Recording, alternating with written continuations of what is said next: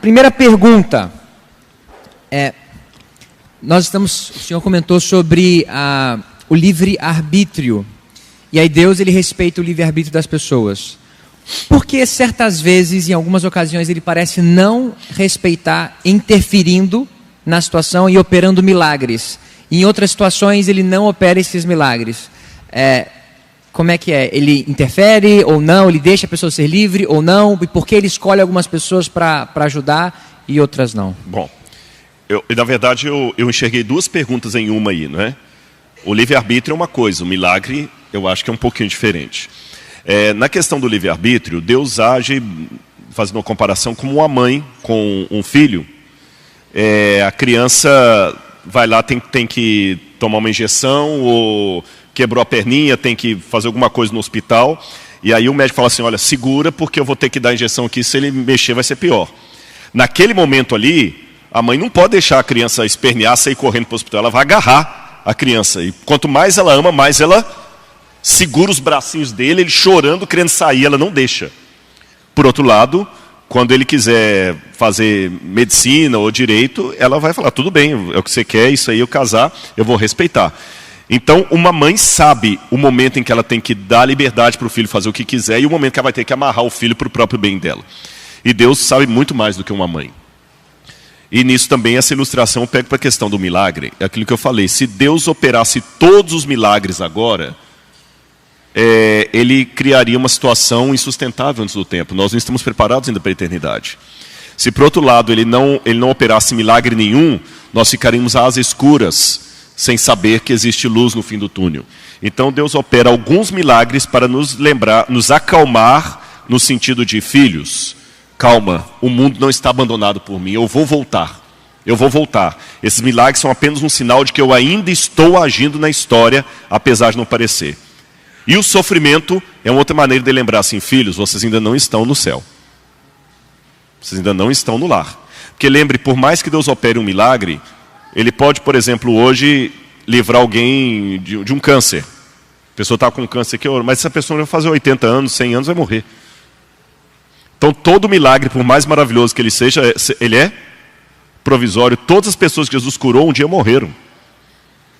Então o milagre é apenas um sinal provisório de que Deus ainda está agindo na história desse mundo. Por isso que ele é apenas uma amostragem, como se fosse uma degustação, para você sentir o cardápio que está por vir. Ok. Outra próxima pergunta diz assim, Agostinho fala que o mal na verdade não existe. O que existe é o bem sem a presença de Deus. Há bondade na maldade? O yin e yang, como proceder com essa afirmação? Bom, eu teria que ver o texto real de Agostinho, eu já li vários livros de Agostinho, eu não lembro exatamente dessa afirmação.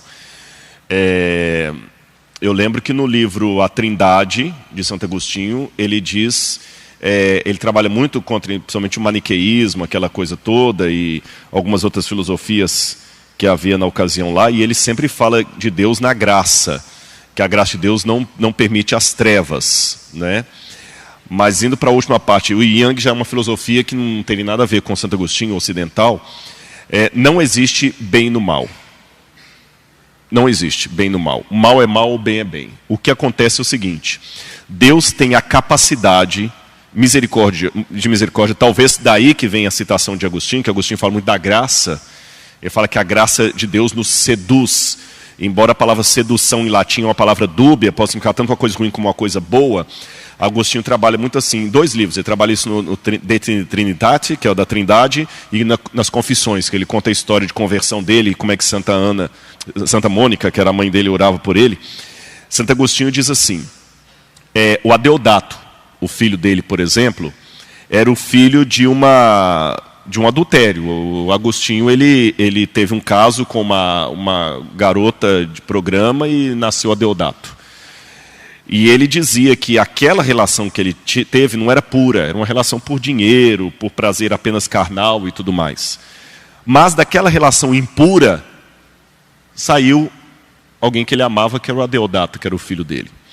Então, traduzindo Agostinho para hoje, o que eu diria é o seguinte, o mal continua sendo mal, mas Deus tem a capacidade de tirar transformar o mal numa coisa boa. Como eu digo, por exemplo, vamos supor que você foi fruto de uma relação sexual forçada. Não foi um fruto de uma relação sexual de amor. Deus não queria aquela relação. Mas uma vez que aquilo que Deus não queria aconteceu, Ele te dá ali uma bênção. Ele falou assim, ó, já que isso aqui que eu não queria aconteceu, eu vou escolher esse espermatozoide aqui para fecundar o óvulo, porque eu quero que saia você, e você vai ser uma bênção.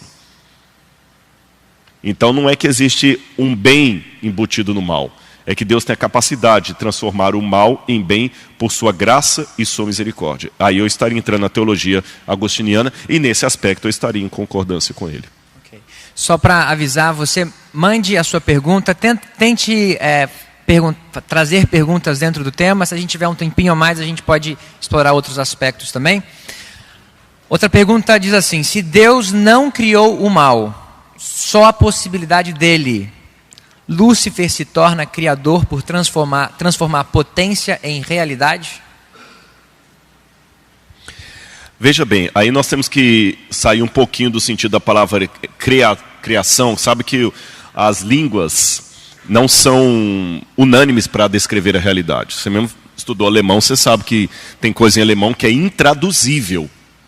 Você explica aquela palavra, nem estou falando uma frase, uma palavra em alemão, mas você não traduz. E tem coisa também de uma língua que uma língua pegou que a outra não pegou. A palavra criação, creatio, que a gente tem do latim, ela é uma palavra dúbia. Na mentalidade hebraica, você tem a yatsá, ou yatsá, que é fazer de manufaturar, e você tem bará, que é um criar a partir do nada. Colocando esse conceito filosófico de duas categorias de criação, aquela que você cria a partir do nada e aquela que você usa algo pré-existente, eu digo que a primeira categoria só se atribui a Deus. Só Deus consegue tirar algo do nada. O único no universo. Então, nesse aspecto, o único que é criador é Deus.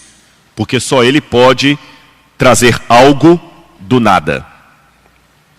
Os demais são criadores da segunda categoria. Nós sempre trazemos algo de algo. Então, no sentido de trazer algo de algo, todos nós somos criadores. Eu posso criar uma obra de arte, eu posso criar uma música, eu posso criar uma composição, eu posso criar um desenho. Mas sempre eu tiro algo de algo. Deus é o único que tira algo do nada. Por isso que Deus é um criador por excelência. Nessa categoria, Satanás não é criador. No sentido de tirar algo de algo, ele é criador. Porque ele tirou uma potência de ele tirou um ato de uma potência. Então é porque existia essa potência que era ele mesmo. Como Satanás tinha acesso ao céu, quando se tratou da história de Jó, se ele já era anjo caído? Aí havia a pergunta principal. O mal coexiste no céu e na presença de Deus? Veja bem, a queda de Lúcifer no céu, se você pegar assim, as partes bíblicas, ela menciona pelo menos 3 ou 4 vezes, não me lembro 3 agora de memória, que Lúcifer cai do céu. Você tem a própria queda dele original ali, você tem Jesus falando em Lucas, eu via Satanás caindo do céu como um relâmpago, você tem o texto de Apocalipse capítulo 2, que fala que ele foi expulso do céu. Se nós olharmos bem a história do grande conflito, tanto pela tradição judaica, pelo que diz a Bíblia e outras coisas mais, a queda de Satanás do seu posto foi gradativa. É como se ele fosse perdendo posições. E nessa perda gradativa de posições, Deus estava dando oportunidade para ele se arrepender e ao mesmo tempo para o universo reconhecer o verdadeiro caráter dele e de Deus. É como se numa empresa o sujeito fosse o CEO da empresa, e aí ele fosse rebaixado de CEO para chefe de departamento. E ele não muda, ele não aprende a lição, ele continua errando ali no departamento, as mesmas coisas. Eu tiro de chefe de departamento e coloco no andar mais embaixo. Ele continua ainda errando. Aí eu pego e mando ele embora da empresa, fire, né, demitido. Então parece que o diabo ele foi caindo de posição. No caso específico aqui do livro de Jó, eu acredito que ele foi ao céu, ali à presença de Deus, por uma reivindicação legal. Tanto é que Deus pergunta, o que você está fazendo aqui? Não era para você estar aqui. Eu tenho um mandato de segurança para estar aqui. Adão e Eva me deram. Eu sou o dono da terra. Agora, a última parte da pergunta aí. O bem coexiste com o mal? Essa é uma coisa muito interessante mesmo. O céu, na verdade, se você for olhar em termos bíblicos, é todo o universo. Por causa da nossa dimensão de pecado, de plano carnal e espiritual, nós fazemos uma diferença entre nós aqui e o céu lá. Mas se olharmos o plano original de Deus, o céu é o universo inteiro, porque o universo inteiro é a habitação de Deus. O universo inteiro foi feito por Ele, o universo inteiro é povoado. Tanto é que o universo é a ideia dualista que criou essa noção de matéria ruim, o plano espiritual que é o bom. Tanto é que no Apocalipse, o céu vai ser aonde? O novo céu e nova terra? Aqui. A terra vai ser renovada, vai ser aqui. Então, a partir desse aspecto, Deus ter que tolerar o mal no universo já é algo terrível. Tá certo? Seja em qualquer canto do universo. Seja aqui, em outro lugar, Deus tem que tolerar, é terrível. E Ele tolera por misericórdia. Por quanto tempo Ele vai tolerar, isso eu não sei responder. Mas Ele tolera. Voltando à questão do livre-arbítrio. Onde está o livre-arbítrio de quem sempre sofreu e deseja nem ter vindo à existência? Bom, em primeiro lugar, aqui eu tenho que pedir licença aos psicólogos, se houver aqui, psiquiatras, para, como leigo, entrar na área deles. Como leigo. Quando a pessoa fala sem querer vir à existência, na verdade ele queria existir. Nenhum suicida quer morrer. Isso eu posso afirmar de carteirinha. Nenhum suicida quer morrer. Ele quer se livrar do problema que o aflige. Ele está com uma depressão muito séria. E essa depressão, que é uma doença, tem que ser respeitada, tratada com respeito, não com piadinha ou como sendo frescura.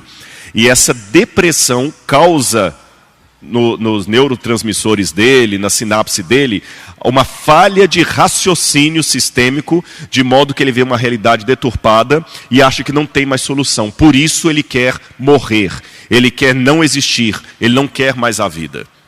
Só que, no fundo, aquele pensamento de eu não quero viver, não é um pensamento real. É um pensamento ilusório, fruto da depressão que a pessoa está existindo. E Deus é tão bom que Deus, mesmo que algumas pessoas, Deus acaba permitindo que elas se suicidem, isso não significa que Deus atendeu ao pedido delas. Deus sabe quando eu estou pedindo uma coisa de verdade, ou quando eu estou pedindo socorro. Então, quando a pessoa fala assim, eu não quero mais viver.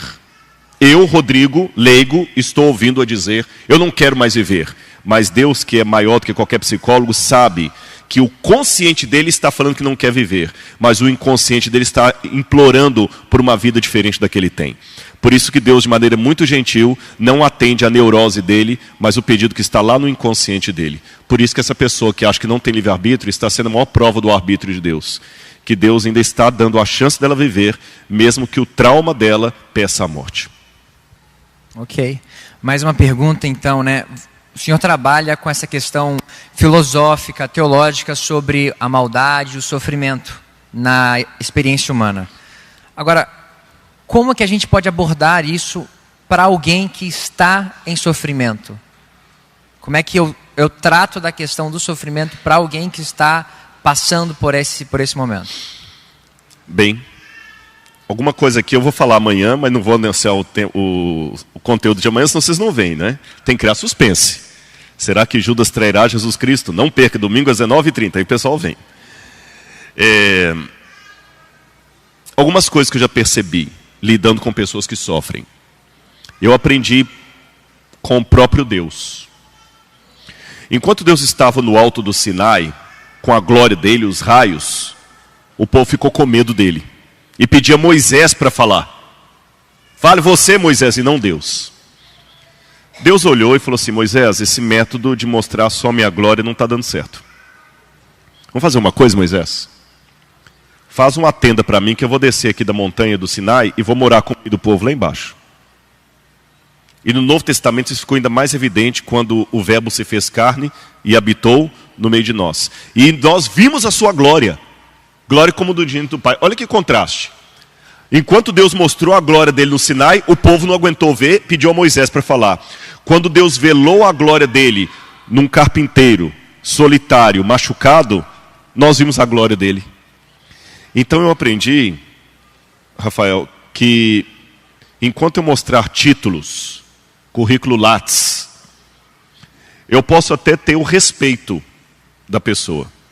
Mas quando eu mostro para você que eu também tenho a capacidade de chorar, sofrer, me decepcionar, eu não tenho vergonha de falar que eu tive uma depressão muito profunda. Por isso que quando eu falei para essa pessoa que escreveu sobre depressão aqui, eu falei não do que eu li, eu tive depressão. E eu sei que isso é uma coisa que muitos colegas estão, não, um pastor admitiu que teve depressão, tive depressão severa, de tomar medicamento e coisa terrível. E alguns vão falar assim, nossa, que decepção. Pois saiba que talvez é o fato de admitir que eu tive depressão que me dá autoridade para dizer a alguém que está com depressão, Jesus pode te curar. Mais do que ler meia dúzia de livros e fazer meia dúzia de cursos de mestrado e doutorado. Então, aprenda com Cristo. Ele teve a coragem de falar, tenho sede. Ele teve a coragem de falar, estou com medo. Ele teve a coragem de pedir para afastar dele o cálice. Quando ele se humanizou, as pessoas foram atraídas a ele. Então, o dia que você se humanizar, você vai atrair as pessoas para Deus através de você. Então, tenha coragem de dizer quem você é.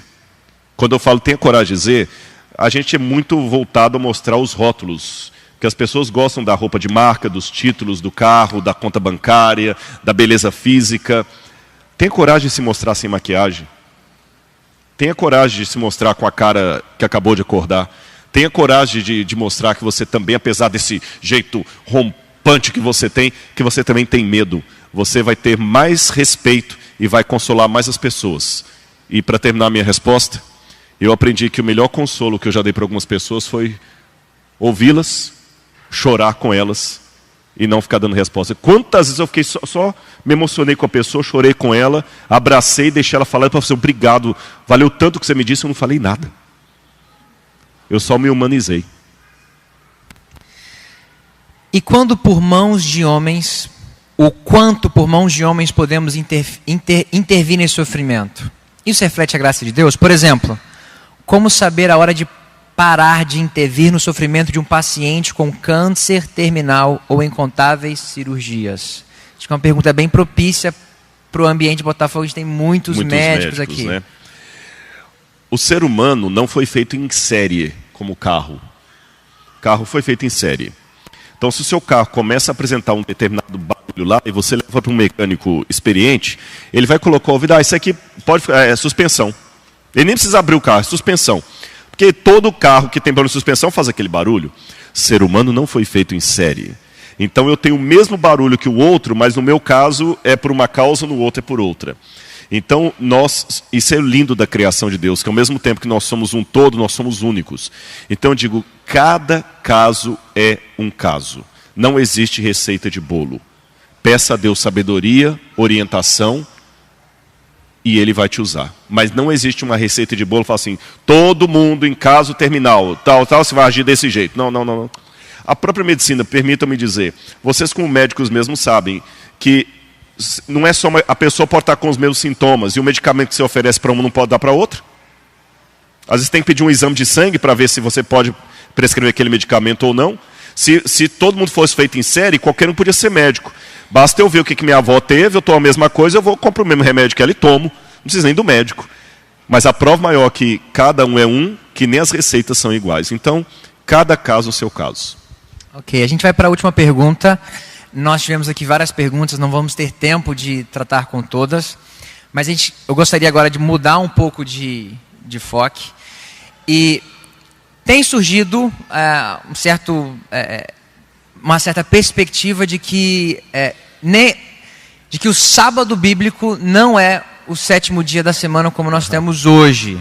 Tá certo? Eu até sei que o senhor fez vídeo já no YouTube e tal. O sábado lunar. O sábado lunar. O senhor pode dar uma explicação para a gente, explicar um pouquinho, dar uma explicação, que história é essa desse sábado lunar, se isso é bíblico, se é o 7º dia da semana como nós guardamos, se nós temos guardado o sábado no dia errado. Bom. E aí a gente termina com essa... Eu acho interessante, para responder essa pergunta, primeiro, assim, com muito respeito para os que têm dúvidas, só quero fazer algum alerta aqui. Eu acho interessante, o Humberto Eco, ele dizia que o problema da internet é que você vê no mesmo artigo a opinião de um PhD no assunto com de um menino de 8 anos que colocou ali no Wikipedia e montou o artigo. Né? E a internet ela é interessante porque hoje ela traz muito conhecimento, mas também traz... Você entende, né? E você vê tanta gente falando na internet. Um dia tinha um camarada lá que falava de acadiano, não sei o que e tudo mais, e falou umas coisas lá, contra evidências numa época, e eu mostrei as fontes que eu tinha usado e perguntei, onde é que você estudou acadiano? Aí o camarada se desconcertou, eu fui procurar o currículo Lattes do camarada lá, não tinha nada de estudo na área, o camarada era um engenheiro, mas na internet brilha, né? E o que está acontecendo? A internet, ela é um somatório que eu diria que é quase uma bomba relógio, porque a internet ela tem um poder muito rápido. Você sabe que existe uma psicologia do conhecimento, inclusive Hollywood usa isso. Esses tempos eu estava fazendo uma entrevista com alguém de Hollywood aí, que eles estavam mostrando que as cenas dos filmes de Hollywood, que agora vai ter o Oscar, né? Elas são mais curtas. Se você comparar, hoje mesmo eu vi isso no jornal, se você comparar o King Kong, que foi lançado em 1930, com o último King Kong, uma cena do King Kong primeiro ficava às vezes 20, 25 segundos no ar, aquela cena. A cena hoje do King Kong tem que durar 3 a 4 segundos. Por quê? Quanto mais rápido, mais você prende o auditório. Então eles já sabem disso. Então hoje a internet é muito rápida, atualiza. O Facebook, a cada 5 minutos que você entra, ele já está modificado ali. O Instagram, ele já está modificando. O YouTube, você vê, tem canais novos ali. Então é uma gama de informações, e junto com isso eu vou colocar não estou tangenciando a resposta não, mas só para vocês entenderem a psicologia do tempo em que vivemos e se prevenir contra ela. Junto disso aí, existem mais 2 elementos que eu acho que são nevrálgicos nessa bomba atômica. Primeiro, como falei, o excesso de informações uma após a outra. Segundo, a necessidade frenética de novidade, e essa geração nova é isso, você pode olhar. Olha o YouTube agora, você vai ter alguns vídeos lá. Se você entrar daqui a 5 minutos, já tem a sugestão de outros vídeos. É muito frenética, uma informação atrás da outra. E se atualiza e desatualiza muito rápido. E terceiro, a necessidade de novidade. Eu quero uma novidade, eu quero uma novidade, eu quero uma novidade. Eu quero ouvir algo que ninguém nunca falou. Se eu escrever um livro, A História de Roberto Marinho, muita gente não vai ler. Mas se eu colocar o título assim, A Verdadeira História de Roberto Marinho, a farsa que a Globo tentou esconder. Amanhã eu já tenho 1 milhão de exemplares vendidos. Todo mundo quer, e quer a necessidade do escândalo. Brasil urgente, né? Eu quero escândalo, é da Atena, eu quero escândalo. É fuxico gospel. E essa bomba relógio vem para a teologia. E o que acontece? Todo mundo quer um dia descobrir uma coisa nova, e cada hora vem uma vez. E alguém que descobriu uma coisa na internet, antes é em trindade. Não, mentira, não existe trindade, não existe, Jesus não é Deus, o Espírito Santo é pessoa. Depois parar de bater na trindade, e o nome de Jesus, que não é Jesus, né? Jesus é o nome pagão do Deus Tamuz, com o sus, cavalo e tudo. Você não pode falar de Jesus, é Yehoshua, né? Yehoshua Habashia, não pode. Aí daqui a pouquinho cansa daquela novidade que o nome de Jesus não é nome de Jesus. Aí vem a novidade da terra plana. A NASA mentiu, a terra é plana, não é quadrada, não é redonda, é quadrada, é plana, é esférica, não sei o que e tudo mais. Aí cansado da terra plana, aí é o sábado lunar. Não vai durar 1 ano. Daqui a pouquinho já estão cansando do sábado lunar e vai aparecer uma outra coisa aí. Vocês entendem? Preste atenção, vocês não estão notando que é muito modismo? Olha que diferente as verdades eternas que a igreja prega. Quando eu falo que Jesus é Deus, eu consigo encontrar um rastro dessa doutrina em toda a história do cristianismo. E nos tempos bíblicos. Quando eu falo sobre o santuário, a mesma coisa. Quando eu falo as profecias de Daniel, a mesma coisa. Mas quando eu falo dos modismos, é um negócio que surge agora. E pega o pessoal, até eles cansarem daquele modismo. A hora que cansa daquele modismo, parece outro. Então eu estou falando, gente, a mesma coisa. Você está me perguntando do sábado lunar, você podia perguntar da terra plana. Podia perguntar do verdadeiro nome de Jesus, se é Jesus, se eu posso falar Jesus, o seu nome pagão. Sensacionalismo. Então, cuidado com essas coisas. Para mim são armadilhas do diabo, porque eu sou teólogo e nem eu consigo ficar update com todos os tipos de coisas novas que surgem. E todo mundo que levanta aquela lebre acha que aquela verdade dele é a mais importante da igreja. E se a gente não der uma resposta, é porque nós somos hipócritas, porque nós estamos escondendo a verdade dos irmãos. Então espera, não sou profeta nem filho de profeta, mas está sendo gravado hoje, é dia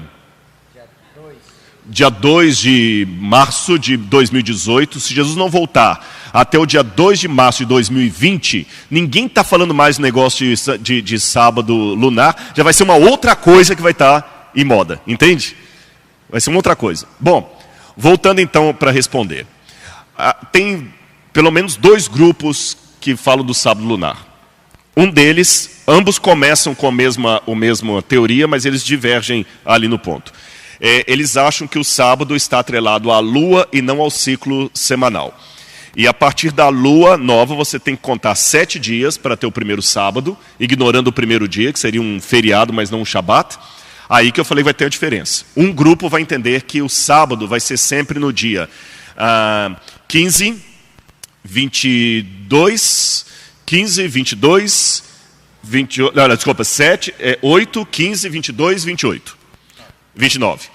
O outro vai acreditar que seria no dia 7, 14, 21 e 28. Entenderam? E nessa teoria, então tem os dois. Uns que falam que o sábado é sempre todo dia 15, outro que é todo dia 14. A diferença é de um dia entre os dois grupos. Mas onde os dois se encontram? Que em cada mês o sábado deve cair no mesmo dia 15 ou 14 daquele mês, sempre dia 28 ou 29. E não no ciclo semanal. Então, se hoje é terça-feira, mas é o dia 15, hoje é o Shabat, hoje que é o sábado. E que esse sábado que nós temos aí semanal, isso aí é do calendário gregoriano, Juliano Gregoriano, que é do catolicismo, do paganismo, que é uma distorção da lei de Deus. Eu vou falar com vocês assim, em termos arqueológicos. Eu não tenho como provar o ciclo semanal ao longo dos anos. Não tenho. Não tenho porque a semana não é ligada a nenhum evento astronômico. Não tenho como provar. Mas, biblicamente, eu tenho uma prova. Jesus guardava o mesmo sábado que eu guardo hoje. Então, se Jesus guardou o sábado errado, eu prefiro estar errado com Jesus, acerto com quem defende isso aí. Vamos raciocinar. Vamos pegar esse grupo que diz que o sábado cai invariavelmente no dia 15 de cada mês, certo? Se você pegar, alguém sabe dizer assim, quando é a Páscoa no calendário judaico? Alguém sabe dizer? Que dia do mês que é? No calendário judaico. Que eles falam que o calendário judaico que é o correto, tá bom? 14 de Nissan. Ou Abib, que é o mesmo mês de Nissan. 14 de Nissan. No dia 14 de Nissan, o cordeiro pascal era morto. E na noite do 14 de Nissan, que vira dia 15 de Nissan, a carne do cordeiro era comida. Existem 2 possibilidades. Que Jesus morreu no dia 14 de Nissan, quando o cordeiro pascal foi morto. Ou a segunda, que Jesus morreu no dia 15 de Nissan, porque ele já tinha comido o cordeiro pascal antes. Eu acredito que Jesus morreu no dia 15 de Nissan. Tá bem? Agora, interessante que o Evangelho diz que Jesus morreu numa sexta-feira. E diz, era o dia da preparação e começava o sábado. Se o ciclo lunar estiver correto, então os evangelhos estão errados. Porque Jesus teria morrido então num dia anterior ao sábado, não faz sentido. Porque se o sábado é todo dia 15 do mês, e Jesus morreu no dia 15, como é que o evangelho fala que ele morreu no dia da preparação do sábado? Não sei se vocês entenderam o ponto. O evangelho deveria dizer que Jesus morreu num sábado, e não na preparação do sábado. Os evangelhos falam assim, Jesus morreu, e aquele dia era um dia 15 de Nissan. Ah, mas e os outros teólogos que falam que era o dia 14 de Nissan? Dá na mesma. Porque se Jesus morreu no 14 de Nissan, o sábado seria apenas... se Jesus morreu no 14 de Nissan, o sábado seria 7 dias depois. Você entende? Então, quer dizer, de qualquer maneira, você tem um erro aí. Outro detalhe. O calendário judeu não era lunar. Não era solar. Era lunar. Isso eu respondi no meu vídeo. O calendário judeu sempre era lunisolar. Lunisolar. Tanto é que a cada período de tempo eles tinham o mês de Beadar, que era o 13º mês, para equilibrar esse calendário. Inclusive, eu estou com uma coisa fresquinha, que eu voltei de Israel tem 15 dias. 15 dias. E lá em Israel tem uma professora chamada Raquel Olam. Ela está desenvolvendo alguns estudos sobre o calendário de Qumran. E Qumran tinha o calendário lunar, que facilitaria aparentemente o pessoal do sábado lunar, mas o ciclo do Shabat de Qumran era semanal como o que nós temos hoje. E Qumran estava antes do calendário gregoriano. Outro detalhe, eles falam que o sábado se perdeu, porque uma das perguntas que eu fiz uma vez para eles é o seguinte: escuta, se o sábado que nós guardamos é errado, por que Deus deixou os judeus durante milhares de anos aí guardando o sábado errado? Porque você vai em Israel, eles guardam o mesmo sábado que a gente guarda. A resposta foi não, porque na Bíblia fala que como o povo de Israel não foi fiel, Deus escondeu o sábado. Entenderam? Porque tem aquela passagem da Bíblia que fala: eu esconderei de você as suas festas, a sua lua nova, o seu gozo e os seus sábados. Eu ocultarei. Só que interessante, aquilo ali é uma profecia falando da vinda dos babilônios. Então eu pergunto para quem acredita no sábado lunar: e quando que Deus ia restaurar o verdadeiro sábado? Quando e por quê? Eu faço a pergunta pela seguinte razão: se Deus restaurou o sábado na época que Jesus veio, então já desfez o calendário deles, porque Jesus guardou o mesmo sábado que nós guardamos hoje. Isso eu tenho como provar. Jesus guardou o mesmo sábado, então o sábado já foi restaurado, então não tem nada de calendário lunar. Não, se nem na época de Jesus o sábado foi restaurado, então o sábado é mais importante do que Jesus. Porque Jesus deixou os hebreus receberem o Messias, Deus permitiu os judeus receberem um Messias e não permitiu que eles recebessem o sábado verdadeiro. Isso é legalismo. O sábado está acima do Messias. Entenderam a minha colocação ou não? Porque o Messias veio. Se o Messias veio, é porque Deus permitiu. Deus permitiu que o Messias viesse, mas não permitiu que o sábado verdadeiro fosse descoberto. E o que aconteceu hoje de tão especial, que esse grupo descobriu o sábado verdadeiro, que em nenhum outro momento da história Deus permitiu descobrir. Então eles estão melhores que os apóstolos. Porque os apóstolos, pelo menos aqueles que viviam com Jesus, guardaram o sábado errado. Tá certo? Então não tem base nenhuma essa questão de sábado lunar. Interessante que nem os rabinos, nem os judeus que têm o hebraico como primeira língua defendem isso. É lógico que para dissecar toda essa teoria eu precisaria de mais tempo. Estou dando uma resposta rápida aqui. Mas só para dizer para vocês que ela, na minha opinião, não faz o menor sentido. Ah, mas Daniel 7:25 falou que ia cuidar e mudar os calendários e a lei. Tá, se o sábado se perdeu na Babilônia, então Daniel 7:25 não tem nada a ver com a Idade Média e a mudança do sábado para o domingo, já foi lá atrás. Ah, porque esse ciclo semanal que nós temos foi inventado pelos babilônios 100 anos antes de Cristo. Nada a ver. Você já encontra evidência de 7 dias importantes no rei de Lagash, Gudea. E Gudea está mais ou menos 1800 a.C., 2000 a.C. Ah, uma última coisa que eu não posso esquecer.